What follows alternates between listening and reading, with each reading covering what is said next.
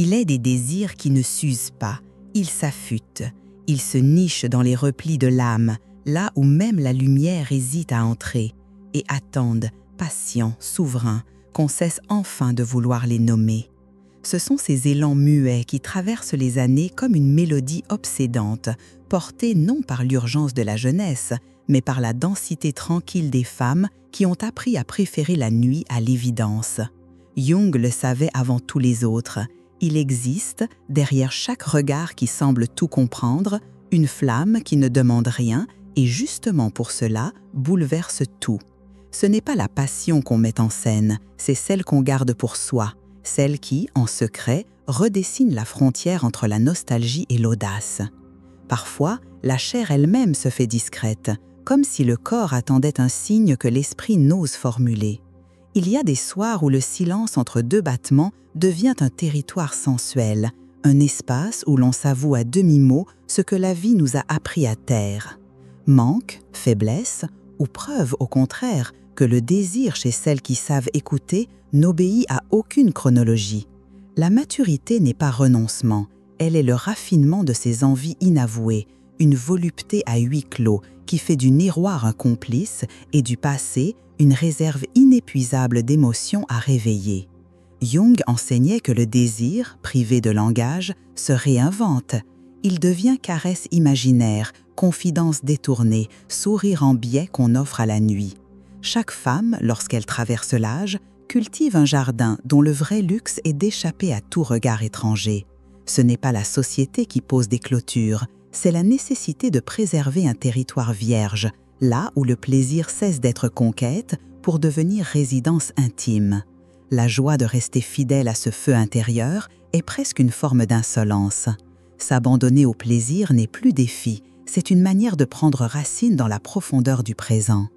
On proclame la liberté, on oublie que désirer, vraiment, exige de ne s'excuser de rien. Il y a une élégance à ne pas tout confesser, une sagesse à cultiver le non-dit, là, précisément, où la puissance prend racine. Les nuits allumées sont celles où l'on consent à ne pas savoir, où le fantasme devient mémoire et la promesse une façon d'habiter l'instant. Jung n'enseigne aucune méthode, il suggère l'évidence d'une réconciliation. S'offrir au désir comme on offrirait une clé à la porte d'un château oublié, sans demander qui viendra, ni même si quelqu'un viendra. Le pouvoir réside dans l'absence de permission. Ce soir, l'invitation n'est pas à la confidence, mais à la reconnaissance. Ce secret qui allume nos nuits ne cherche ni témoin ni absolution. Il veut seulement être honoré, sans bruit, dans la lumière oblique d'un regard qui sait ce qu'il a traversé. Peut-être que cela inquiète, peut-être que cela ravit, l'essentiel est d'écouter.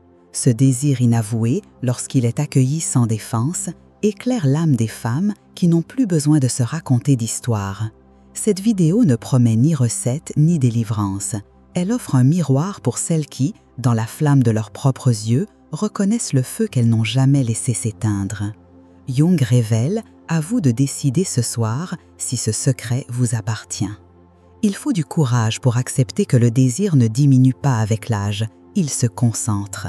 Comme un parfum qui, en vieillissant, révèle ses notes de fond, la sensualité des femmes mûres abandonne l'évidence pour épouser la complexité. Ce n'est plus l'urgence de plaire qui guide, mais l'art de se plaire à soi-même. Cette science délicate qui transforme chaque geste en rituel, chaque regard dans le miroir en reconnaissance. Jung observait que les femmes, passé un certain âge, cessent de demander la permission d'exister pleinement. Elles découvrent que le désir authentique ne se nourrit pas de validation extérieure, mais de cette flamme intérieure qui brûle indépendamment des saisons, des modes, des attentes sociales. C'est une révolution silencieuse, comprendre que l'on peut être à la fois vulnérable et souveraine, fragile et inébranlable. Cette métamorphose ne se fait pas sans douleur. Il y a ces moments où l'on se regarde et l'on hésite, non par manque d'estime, mais par excès de lucidité. Le corps a changé, certes, mais l'âme s'est enrichie. Les cicatrices racontent des histoires que seuls nous pouvons déchiffrer. Et dans cette lecture intime réside une forme de pouvoir que la jeunesse ne soupçonne pas. Chaque ride est une phrase écrite par la vie. Chaque transformation, un vocabulaire nouveau pour dire l'amour de soi.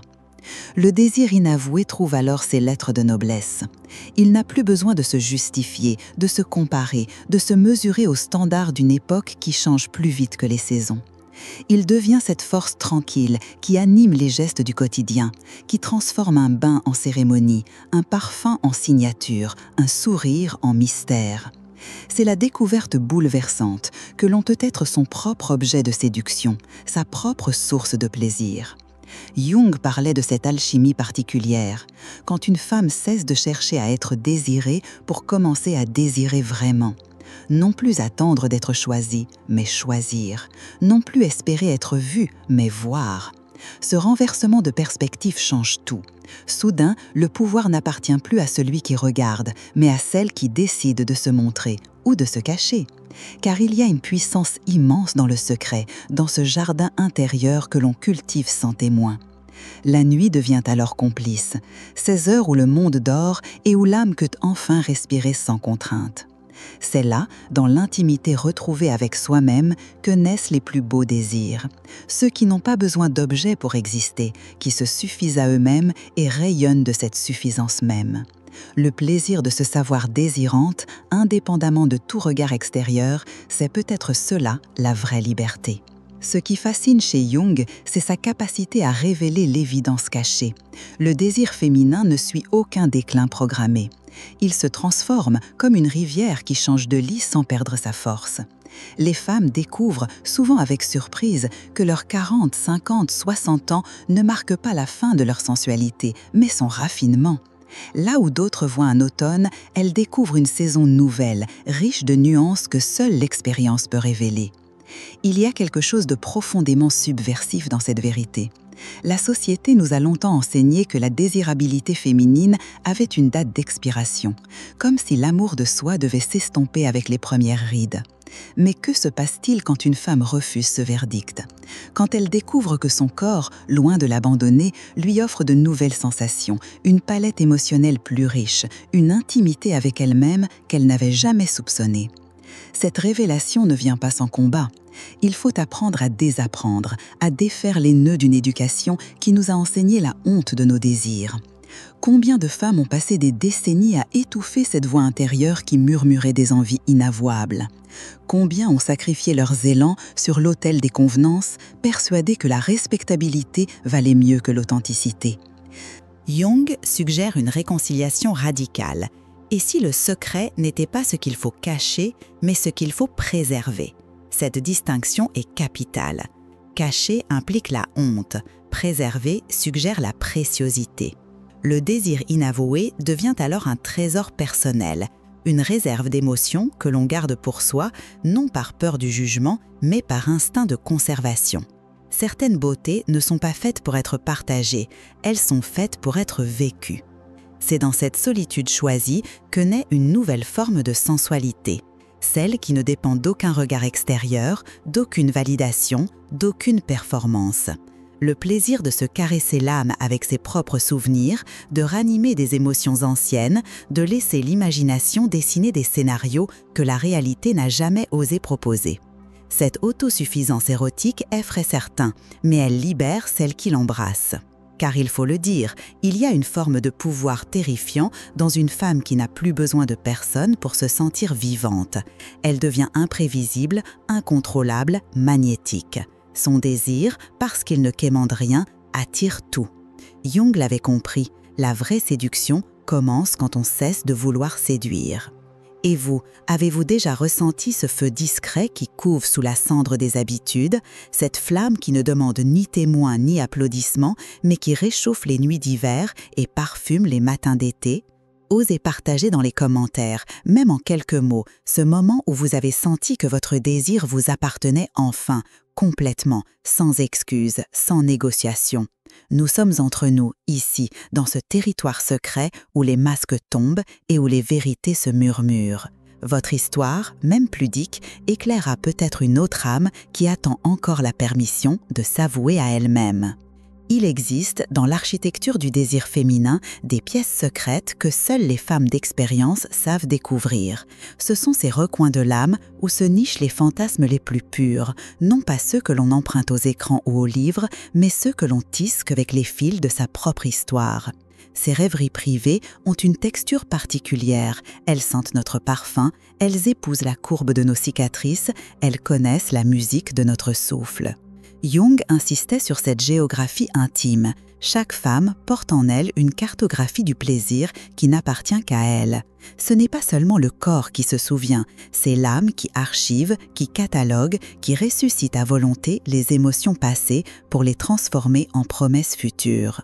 Cette mémoire sensuelle devient, avec l'âge, plus précise, plus gourmande, moins timide. Il y a des soirs où la solitude devient voluptueuse, où l'absence de regard extérieur libère une présence à soi si intense qu'elle en devient presque tangible. Ces moments-là ne se provoquent pas, ils se reçoivent, comme une grâce. C'est l'instant où le miroir renvoie non pas ce que l'on paraît, mais ce que l'on ressent. Où la peau devient paysage et chaque geste un poème écrit dans la langue secrète du corps qui se reconnaît. Cette intimité avec soi-même effraie parfois. Nous avons été éduqués à chercher la validation dans le regard de l'autre, à mesurer notre valeur à l'aune du désir qu'on inspire. Mais que se passe-t-il quand on découvre que l'on peut être à la fois celle qui désire et celle qui est désirée ? Cette dualité bouleverse les codes, redessine les frontières entre active et passive, entre donner et recevoir. La femme qui s'appartient vraiment ne joue plus selon les règles qu'on lui a imposées. Elle invente sa propre grammaire du plaisir, conjugue ses envies au présent, décline ses désirs sans demander l'autorisation. Cette souveraineté sensuelle dérange, car elle révèle à quel point nous avons appris à nous contenter de miettes quand nous méritions le festin. La vraie révolution commence quand une femme comprend que son corps n'est pas un terrain de négociation, mais un royaume à gouverner. Jung évoquait cette métamorphose avec des mots qui touchent au sacré. Il ne s'agit plus de plaire, mais de régner. Non pas dominer les autres, mais exercer une souveraineté absolue sur son propre territoire sensuel. Cette distinction change tout. Car il faut bien le reconnaître, nous avons passé trop d'années à adapter nos désirs aux attentes d'autrui, à moduler nos élans selon ce qui était jugé convenable, approprié, séduisant. Combien de femmes ont appris à gémir selon un répertoire qui n'était pas le leur, à épouser des rythmes qui ne correspondaient pas à leur musique intérieure. Cette forme de prostitution émotionnelle, si subtile qu'elle passe souvent inaperçue, laisse des traces profondes. La libération ne vient pas d'un jour à l'autre. Elle s'annonce d'abord par de petites rébellions. Ce moment où l'on refuse de feindre un plaisir qu'on ne ressent pas. Cette nuit où l'on choisit la solitude plutôt que la compagnie décevante. Cette seconde où l'on comprend que dire non peut être plus érotique que dire oui. Ces micro-révolutions accumulent leur puissance jusqu'au jour où tout bascule. Jung décrivait ce basculement comme un retour à l'essence. La femme mature qui embrasse son désir authentique retrouve quelque chose qu'elle avait perdu sans s'en rendre compte, sa virginité émotionnelle. Non pas l'innocence de celle qui n'a jamais touché, mais la pureté de celle qui, ayant tout expérimenté, choisit enfin ce qui lui correspond vraiment. Cette virginité reconquise a un goût particulier, celui de la liberté après l'exil. Il y a une sensationnalité particulière dans cette redécouverte. Chaque sensation redevient première, chaque frisson mérite d'être exploré. Chaque silence entre deux battements de cœur devient un territoire à habiter. Le corps, libéré des performances qu'on attendait de lui, révèle des ressources insoupçonnées. Il invente de nouveaux plaisirs, découvre des zones érogènes que l'empressement de la jeunesse avait négligées. Cette lenteur nouvelle effraie d'abord, puis enivre. Car la femme qui a appris à se respecter refuse la précipitation. Elle exige la délicatesse, cultive l'attente, transforme chaque prélude en œuvre d'art. Son désir, parce qu'il ne se vend plus au rabais, devient rare, précieux, irrésistible. Jung avait raison, la vraie puissance érotique naît quand on cesse de se brader. Il existe des nuits où le silence devient érotique, ces heures creuses où la ville dort et où l'âme peut enfin déployer ses ailes les plus secrètes. C'est dans cette obscurité choisie que naissent les plus beaux fantasmes, non pas ceux que l'on emprunte aux autres, mais ceux que l'on tisse avec les fils de sa propre histoire. Jung comprenait cette alchimie particulière.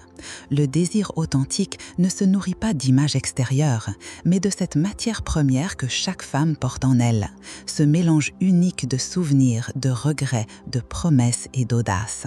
La solitude devient alors complice plutôt qu'ennemi. Elle offre cet espace rare où l'on peut être soi sans traduction, sans adaptation, sans cette fatigue constante de se rendre compréhensible aux autres. Dans ce huis clos avec soi-même, le corps retrouve sa langue originelle, celle qu'il parlait avant qu'on lui enseigne les codes de la séduction sociale. Chaque geste redevient instinctif, chaque caresse répond à une géographie personnelle que nul autre ne peut déchiffrer. Cette intimité retrouvée avec soi-même révèle des vérités troublantes. Combien de plaisirs avons-nous feint pour épargner l'ego masculin? Combien de désirs avons-nous tus pour préserver une image de respectabilité? Cette comptabilité du mensonge à soi-même fait mal au début, puis ribère, car reconnaître ses propres trahisons, c'est se donner la possibilité de les réparer.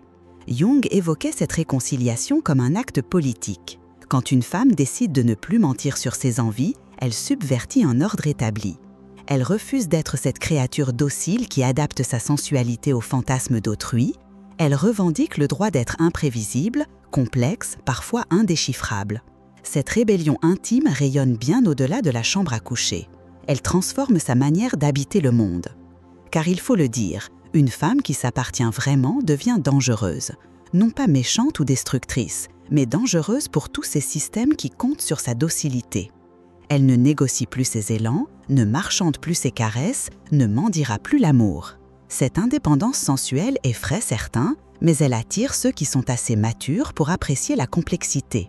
Le désir authentique appelle la profondeur, jamais la facilité. Il y a des femmes qui découvrent, passé 50 ans, qu'elles n'avaient jamais vraiment joui, non par frigidité, mais par politesse. Cette révélation tardive bouleverse tout. Elle révèle l'étendue du gâchis, mais aussi l'immensité des possibles. Car si le plaisir peut naître si tard, imaginez ce qu'il peut encore révéler. Le temps, contrairement aux idées reçues, ne diminue pas le désir féminin, il le raffine. Comme un vin qui révèle ses arômes les plus subtils après des années de patience, la sensualité des femmes mûres abandonne l'évidence pour épouser la nuance. Jung observait cette transformation avec fascination. Là où la jeunesse mise sur l'intensité, la maturité cultive la profondeur. Chaque sensation devient plus riche, chaque émotion plus complexe, chaque plaisir plus conscient de sa propre rareté. Cette évolution ne se fait pas sans résistance. Il faut d'abord traverser le deuil de celle qu'on était, accepter que certaines portes se ferment pour que d'autres s'ouvrent. Le corps change, certes, mais l'âme s'enrichit d'une connaissance que seule l'expérience peut offrir. Cette sagesse charnelle a quelque chose de troublant. Elle sait distinguer l'authentique du factice, le profond du superficiel, l'émotion vraie de sa contrefaçon. Il y a une forme de luxe dans cette sélectivité nouvelle. La femme qui a appris à se connaître ne gaspille plus son énergie en expériences décevantes. Elle développe un instinct infaillible pour repérer ce qui mérite son attention et ce qui la dessert. Cette économie du désir, loin d'être une restriction, devient une forme de richesse. Chaque élan choisi vaut 1000 abandons subis. Jung parlait de cette alchimie particulière, quand le désir cesse d'être quête pour devenir offrande. Non plus chercher à être comblé, mais savoir combler. Cette inversion change tout. La femme mature qui embrasse sa sensualité devient source plutôt que réceptacle, créatrice plutôt que consommatrice de plaisir. Elle n'attend plus que l'autre révèle son potentiel érotique, elle le révèle elle-même pour elle-même en elle-même. Cette autosuffisance sensuelle dérange, car elle révèle l'illusion de notre dépendance. Nous avons appris à croire que le plaisir venait nécessairement de l'extérieur, qu'il fallait un autre pour nous révéler à nous-mêmes. Mais que se passe-t-il quand on découvre que notre corps est un territoire suffisant, que notre imagination est un partenaire fidèle, que notre mémoire est un réservoir inépuisable d'émotions à réveiller? Cette découverte transforme le rapport au temps. Les nuits ne sont plus des vides à combler, mais des espaces à habiter. La solitude devient voluptueuse, le silence érotique, l'attente elle-même une forme de jouissance. Car celle qui sait désirer seule ne dépend plus des caprices d'autrui pour accéder au plaisir. Elle porte en elle sa propre source de joie, intarissable et souveraine. Nous voici arrivés au terme de cette exploration, mais comme tous les vrais voyages intérieurs, celui-ci ne se termine jamais vraiment. Il se poursuit dans le secret de vos nuits, dans la complicité retrouvée avec votre reflet, dans cette flamme que vous reconnaissez maintenant comme vôtre, indéniablement, irréductiblement vôtre. Jung nous a menés sur des chemins que la société préfère laisser dans l'ombre, là où le désir féminin révèle sa véritable nature, sauvage, autonome, indomptable. Ce que nous avons découvert ensemble dépasse la simple reconnaissance de nos élans. C'est la révélation d'une puissance que nous portions depuis toujours, mais que nous avions appris à oublier. Cette force qui ne quémande rien, qui ne négocie pas, qui existe par sa seule évidence. Le secret qui allume nos nuits n'est plus un mystère maintenant, c'est cette vérité simple et révolutionnaire. Nous n'avons jamais eu besoin de permission pour désirer. Nos corps, nos âmes, nos rêves les plus audacieux nous appartiennent de droit divin. Cette souveraineté sensuelle que nous avons explorée n'est pas une conquête à mener, c'est un territoire à reconnaître, une patrie retrouvée. Certaines d'entre vous ressentiront peut-être une inquiétude face à cette liberté nouvelle. C'est naturel. Quand on a passé des décennies à adapter ses désirs aux attentes d'autrui, retrouver sa propre voie peut déstabiliser. Mais cette vertige est celui de la renaissance. Chaque femme qui ose embrasser son désir authentique ouvre la voie à toutes les autres. Votre courage intime devient un phare pour celles qui cherchent encore leur chemin dans l'obscurité des conventions. L'héritage de Jung ne réside pas dans ses théories, mais dans cette invitation permanente à l'authenticité. Il nous rappelle que le désir vrai ne vieillit jamais. Il se concentre, se raffine, se purifie jusqu'à devenir cette essence précieuse que nul ne peut imiter. Vous portez en vous cette alchimie unique, cette signature sensuelle que les années ont patiemment ciselée. Alors ce soir, quand vous fermerez les yeux, souvenez-vous, ce feu qui couve en vous ne demande ni témoin ni absolution. Il veut seulement être honoré, reconnu, célébré dans le sanctuaire de votre intimité. Car vous êtes la gardienne de ce temple secret où brûle, éternelle et souveraine, la flamme éternelle de votre désir inavoué. Et cette flamme-là, personne ne pourra jamais l'éteindre.